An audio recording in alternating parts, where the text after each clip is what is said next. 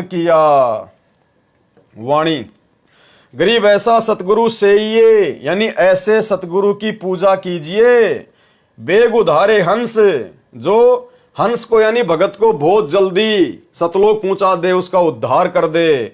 और भव सागर आवे नहीं, फिर वापस इस भव सागर में 21 ब्रह्मांड में नहीं आना। और जोरा काल विध्वंस, और ना ही फिर हमारे ऊपर इस जोरा यानी इस मौत का और काल का किसी प्रकार का कोई भी जोर नहीं चलेगा। हम फिर बार बार जन्म और मरण में नहीं आएंगे। गरीब ऐसा सतगुरु से ये, बेग उदारे हंस, भव सागर आवे नहीं, जोरा काल विध्वंस, यानी इस काल और इस मृत्यु के विध्वंस में फिर हम वापस नहीं फंसेंगे। भव सागर आवे नहीं। सरलार्थ ऐसा सतगुरु कीजिए जो शीघ्र कल्याण करे।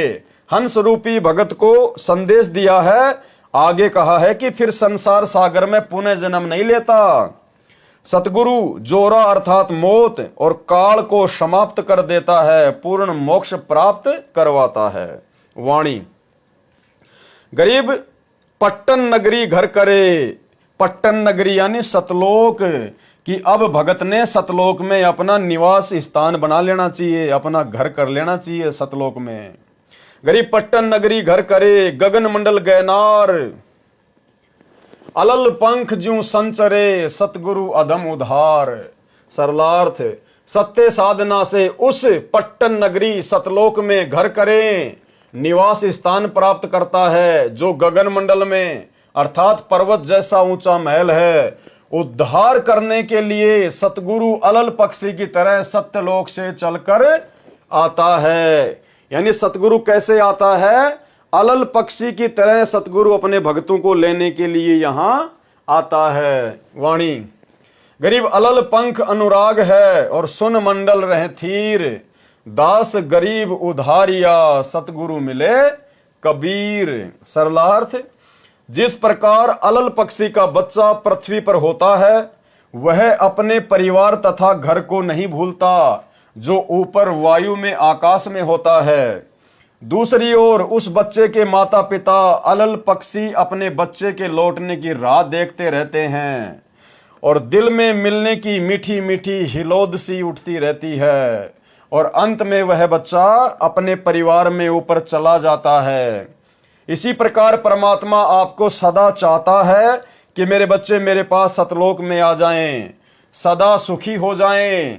हम सतगुरु के भगत अलल पंख के बच्चे की तरह परमात्मा को तथा अपने घर सत्यलोक को नहीं भूलेंगे तो एक दिन हम सतलोक चले जाएंगे। संत गरीबदास जी ने कहा है कि मेरा उद्धार भी इसी विधि से हुआ है। मुझे सतगुरु कबीर जी ही मिले। कौन मिले? सतगुरु कबीर जी मिले। तो भाई हमें कौन मिला फिर आज? वही सतगुरु कबीर जी मिला है। इसलिए हमने इस कागज की फोटो को सतगुरु मानना छोड़ दिया है।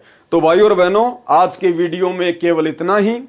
कल रात्रि 9 बजे जो वीडियो लाइव चलेगा उसमें फिर हम आगे से शुरू करेंगे जो कि साहिब कबीर जी की वाणी गुरुदेव के अंग से शुरू होगा।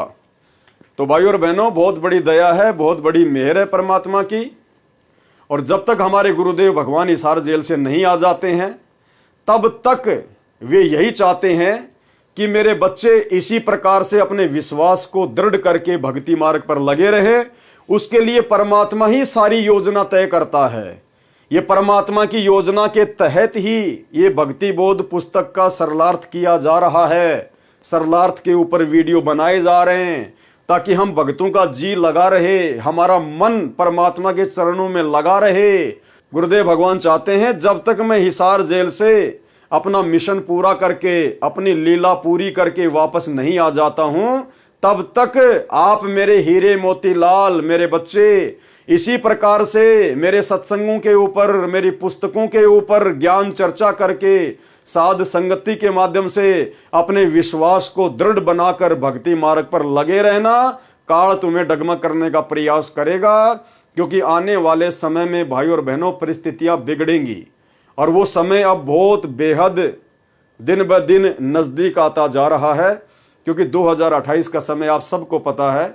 ज्ञान गंगा पुस्तक में नास्त्रदमस की भविष्यवाणी में स्वयं सतगुरु रामपाल जी परमेश्वर जी ने युग परिवर्तन का समय निर्धारित किया हुआ है और उस युग परिवर्तन से पहले भाई और बहनों परमात्मा का आना भी मुश्किल है, क्योंकि उस समय से पहले दुनिया को परमात्मा की आवश्यकता ही नहीं पड़ेगी। जब परिस्थितियां बिगड़ेंगी, ये काल और दुर्गा चारों तरफ से दुनिया को घेर लेगी, क्योंकि आभास तो उनको भी हो गया कि भाई वो परमात्मा धरती पर आया हुआ है। अब वो पहचान नहीं पा रहे, ये बात अलग है, क्योंकि सतगुरु तो समर्थ है, वो तो जिसको चाहेगा उसको अपना हाथ पकड़वाएगा, अपनी पहचान करवाएगा। अब जैसे सतगुरु की शरण में आने के बाद ही वो लाखों की संगत जो सतलोक आश्रम मैनेजमेंट हरियाणा से जुड़ी हुई है, वो ही अपने भगवान को नहीं पहचान पा रही, सतगुरु को तो अपना गुरु मान रही है और कागज की फोटो को भगवान मान रही है। उन आश्रमों में इस कागज की फोटो का प्रकट दिवस मनाया जाता है। तो सतगुरु ने जिसको शरण में ले लिया, अपना भेद बता दिया। जब वो लाखों भगत ही सतगुरु को नहीं पहचान पा रहे, तो काल बेचारा कहां से पहचानेगा। और परमात्मा ने जिन अपने बच्चों से अपनी पहचान करवानी थी, उनको सत्संगति से जोड़ दिया। तो भाई और बहनों, समय विनाशक है, समय खतरनाक है। ये दुनिया तो देखो अपनी टांग तुड़वा कर मानेगी, और दुनिया की हम कोई गलती भी नहीं कह सकते, क्योंकि दुनिया को वो ज्ञान नहीं है जो ज्ञान गुरुजी ने आप और हमें दे दिया। तो भाई उनके जैसे संस्कार, उनके भक्ति संस्कार इतने मजबूत नहीं है कि भाई उनको परमात्मा अपनी शरण में ले सके।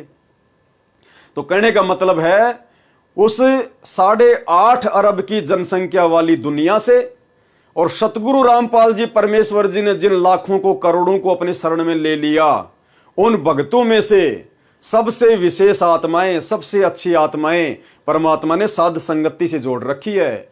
इस बात का हमें कोई अहंकार या कोई अभिमान नहीं होना चाहिए, बल्कि हमें खुशी होनी चाहिए। और यह बात पता होने के बाद हमने उन सबसे ज्यादा मर्यादाओं पर ध्यान देना है कि ये परमात्मा, आपने जब इतनी बड़ी दया कर दी, तो मुझ नीच ने भी आपके प्रत्येक वचन पर पूरी दृढ़ता के साथ में चलना है, खरा उतरना है। जब गुरुजी ने हमारे ऊपर इतना विश्वास किया है और छांट छांट कर साथ संगति से जोड़ा है, तो हमने गुरुदेव भगवान के विश्वास को तोड़ना नहीं है। जैसे हमारे गुरुदेव हैं और जैसा गुरुदेव भगवान आप और हमें भगत बनाना चाहते हैं, विनम्र, आधीन, प्रेमी, सच्चे मुच्चे, उसी प्रकार से भाई और बहनों हमने भगत बनना चाहिए। हमने कोशिश शुरू कर देनी चाहिए। और ये मौका आप और हमारे पास केवल उस समय तक है भगत बनने का, जब तक गुरुजी इसार जेल से लीला समाप्त करके बाहर नहीं आ जाते हैं। देखो, उसके बाद तो पूरी दुनिया ही भगत नजर आएगी, ध्यान रखना। जिस प्रकार सतलोक आश्रमों में जब गुरुजी सत्संग करते थे, तो सभी भगत नजर आते थे। जिसके भी गले में लॉकेट दिख जाता, सत्साई भगत जी, सत्साई भगत जी, झुक के प्रणाम करना, आदर देना, सम्मान देना, हंस के बात करना कि भाई भगत क्या, ये तो बिल्कुल गजब का घोड़ा है, बिल्कुल भाई ये तो मतलब धन्नाजी बन गया। और जैसे बरवाला कांड हुआ और पता चला कि वहां साथ संगति हो रही है, वो ही भगत लेके लठ जो आश्रमों में सत्साई भगत जी, सत्साई भगत जी लेके लठ अपने भगत भाइयों को मारने आ रहा है। तो भाई और बहनों, भगतों की अभगतों की पहचान तो अब हो रही है। तो अब हमने वो भगत बनना है जैसा भगत बनाने के लिए गुरुजी सतलोक से आए हैं। और ये मौका दे दिया गुरुजी ने हमें साथ संगति से जोड़ के।